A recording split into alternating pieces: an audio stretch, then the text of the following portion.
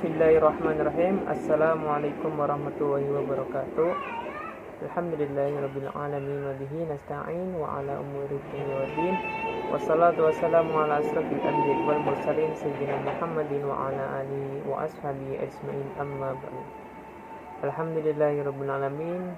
Pada kesempatan kali ini saya Husni Mubarak dengan Irfandi ingin membacakan kembali mengenai makalah mata kuliah yaitu pengantar hukum Islam dengan tema yaitu tantangan penerapan hukum di Indonesia. Untuk pembahasannya di sini, sebelumnya pembahasan di sini yaitu yang pertama, tantangan dalam penegakan hukum di Indonesia. Pelaksanaan undang-undang adalah untuk memenuhi kebutuhan masyarakat dengan adanya hukum atau peraturan yang melandasi kelangsungan negara Indonesia. Semua lapisan masyarakat pasti menginginkan negara untuk mampu menegakkan hukum. Kemudian, dalam tantangan penegakan hukum di Indonesia, berikut ada beberapa penegakan hukum di Indonesia. Yaitu yang pertama, undang-undang, di mana undang-undang yang seharusnya menjalankan fungsi sebagai dasar penegakan hukum di Indonesia menjadi salah satu yang menimbulkan tantangan di dalam implementasi penegakan hukum. Kemudian yang kedua yaitu aparat penegak hukum. Ada begitu banyak lembaga penegak hukum yang terlibat dan harus bersedia bekerja sama, yaitu untuk menegakkan hukum. Para aparat tersebut diantaranya seperti hakim, polisi, jaksa, dan para sipir. Masing-masing tentu saja memiliki fungsi dan tugasnya masing-masing. Seperti yang sudah disebutkan di atas, harus bersedia untuk menjalin kerjasama dengan satu tujuan yang menegakkan hukum di Indonesia. Kemudian untuk yang ketiga yaitu ada fasilitas. Jadi kita dapat melihat dan mengalami bagaimana zaman sudah semakin berkembang. Ada begitu banyak kegiatan yang dimudahkan dengan adanya sistem yang baik. Sistem dalam hal ini tentu saja sistem yang termodernisasi dan memanfaatkan internet. Kemudian yang keempat yaitu masyarakat. Masyarakat Indonesia adalah masyarakat yang sangat beragam. Ada begitu banyak ragam budaya, tradisi, dan kepercayaan di tengah-tengah masyarakat. Kemudian yang kelima yaitu budaya. Budaya dilakukan oleh suatu kelompok masyarakat untuk menunjukkan nilai-nilai yang mereka percayai. Sama seperti budaya suap yang masih terus terjadi. Contohnya, yang paling sering ditemui adalah pengendara kendaraan bermotor yang mana memberikan suap kepada polisi lalu lintas sebagai ganti tidak dikenakan tilang. Kemudian yang B yaitu dalam penerapan hukum di Indonesia, yang B dualisme hukum di Indonesia. Jadi untuk pembahasan dualisme hukum di Indonesia, yang pertama yaitu kelebihan dualisme hukum. Egon Ehrlich mengemukakan teori di mana hukum yang hidup dalam masyarakat atau living law theory. Dengan kata lain, sebagaimana hukum itu tergantung dari fakta-fakta sosial dan tidak tergantung pada kewenangan negara, otoritas atau negara.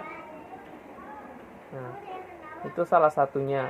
Dengan demikian, menurut Egon Ehrlich bahwa hukum itu dapat dikemukakan dari observasi kehidupan manusia itu sendiri. Kemudian, hakim sebagai penegak keadilan harus mencari keputusan seadil-adilnya. Dengan kata lain, dalam hal ini, dualisme berperan dalam pertimbangan putusan oleh hakim, di mana hakim mempunyai kebebasan, yang berarti bebas dari pengaruh intern maupun ekstern. Kemudian yang kedua yaitu kelemahan teori dualisme. Teori normatif dogmatik. Tujuan hukum adalah semata-mata untuk menciptakan kepastian hukum. Artinya kepastian hukum di sini adalah adanya melegalkan kepastian hak dan kewajiban yang bertujuan hukum untuk menjaga setiap kepentingan manusia agar tidak diganggu dan terjaminnya kepastiannya. Untuk selanjutnya akan dilanjutkan oleh Irfandi. Assalamualaikum dulur dan kawan-kawan.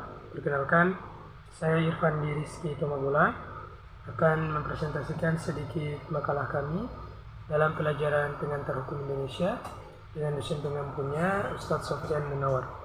Judul makalah kami, Tantangan Penerapan Hukum di Indonesia. Pluralisme hukum di Indonesia. Pertama, ada hukum adat. Hukum adat adalah aturan kebiasaan manusia dalam kehidupan masyarakat. Sejak manusia itu diturunkan ke bumi, maka ia memulai hidupnya dalam aturan hukum adat yang berada di lingkungannya. Maka hukum adat itu lahir adanya suatu masyarakat yang berada di suatu lingkungan hidupnya. Bila mulai berlakunya tidak dapat ditentukan dengan pasti, akan tetapi jika dibandingkan dengan hukum-hukum yang berlaku di Indonesia, hukum adatlah yang bisa dikatakan sudah tua umurnya. Hukum adat ialah hukum yang dinamis, berubah sesuai zaman yang berlaku, walaupun tidak tertulis di sebuah buku aturan yang jelas, tapi setiap orang yang mengetahui dan memahaminya akan selalu patuh di bawahnya. Karena hukum adat adalah sebuah sakral dan harus diikuti selama tidak menyimpang dari rasa suatu keadilan. Dalam sistem ketatanegaraan Negara Republik Indonesia, hukum adat sudah tercermin di banyak aturan perundang-undangan. Sebagai contoh, dalam pasal 5 Undang-Undang Nomor 5 Tahun 1960 tentang Peraturan Dasar Pokok-pokok Agraria. Di penjelasan di atas sudah jelas bahwa hukum adat merupakan bagian tak terpisahkan dari negara Indonesia. Sekarang dengan berbagai macam hukum yang ada di Indonesia, kita tidak bisa mengkodifikasikan kesemuanya dalam sebuah kitab undang-undang karena sifatnya yang fleksibel dan dinamis, serta menyesuaikan dengan kejadian terjadi di sekitarnya. Hal ini sangat berbeda dengan hukum barat yang sekarang ini masih terlihat dalam peraturan perundang-undangan yang ada di Indonesia. Berikutnya, hukum Islam. Secara umum, hukum Islam merupakan hukum yang bersumber dari agama Islam yang berdasarkan kepada Al-Quran dan Hadis. Hukum Islam ini baru dikenal di Indonesia setelah agama Islam disebarkan di tanah air. Namun belum ada kesepakatan para ahli sejarah Indonesia mengenai ketepatan masuknya Islam ke Indonesia. Ada yang mengatakan pada abad ke-1 Hijriah atau abad ke-7 Masehi, ada pula yang mengatakan pada abad ke-7 Hijriah atau abad ke-13 Masehi. Hukum Islam mendarat di Nusantara dikarenakan adanya suatu sistem perekonomian di masa Hindia Belanda. Sistem perekonomian yang dimaksud dalam makalah ini adalah perdagangan antara bangsa yang sudah terbentuk sedari lama, sehingga membentuk suatu ikatan di dalamnya. Maka dari perdagangan antara bangsa itulah, dari sistem perdagangan Islam disebarluaskan di Indonesia. Al-Quran dan Hadis menjadi dasar hukum bagi umat Islam. Aturan-aturan di dalam kehidupan masyarakat Islam khususnya. Berbagai aspek kehidupan telah terperinci dan telah diatur di dalamnya. Al-Quran dan Hadis menjadi tumpuan hukum hingga sekarang. Dari situlah sumber-sumber hukum yang telah dianut oleh bangsa Indonesia khususnya. Sumber-sumber hukum Islam yaitu agama dan sejarah, syariat dan fikih, 4 buah sumber syariat, dan yang terakhir sumber-sumber hukum pelengkap. Yang ketiga, hukum barat.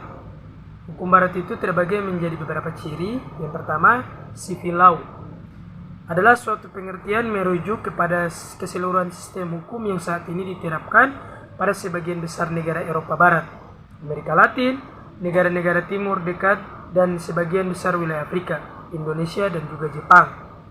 Sistem ini diturunkan dari hukum Romawi kuno dan pertama kalinya diterapkan di Eropa berdasarkan jus sivil Romawi, hukum privat yang dapat diaplikasikan terhadap negara dalam konteks domestik. Sistem ini juga disebut jus quirtum sebagai lawan dari jus gentium, hukum yang diaplikasikan secara internasional, yakni antar negara. Berikutnya common law yang dikembangkan di Inggris karena didasarkan atas hukum asli rakyat Inggris. karena didasarkan atas hukum ini disebut common law. Common law dianut oleh suku-suku Anglika dan Saksa yang mendiami sebagian besar Inggris sehingga disebut juga sistem Anglo-Saxon. Adapun karakteristik sistem common law yaitu jurisprudensi dipandang sebagai sumber hukum yang terutama. Kedua, dianutnya doktrin stare decisis. Di Indonesia dikenal dengan doktrin presiden, yaitu hakim terikat untuk menerapkan putusan pengadilan terdahulu, baik yang ia buat sendiri atau oleh pendahulunya. Dan berikutnya, adanya adversary system dalam proses peradilan. Dalam sistem ini, kedua belah pihak yang bersengketa masing-masing menggunakan lawyernya berhadapan di depan seorang hakim. Mungkin itu saja yang dapat saya dan Abang Husni sampaikan. Kurang dan lebihnya kami mohon maaf. Wabillahi taufiq wal hidayah. Assalamualaikum warahmatullahi wabarakatuh.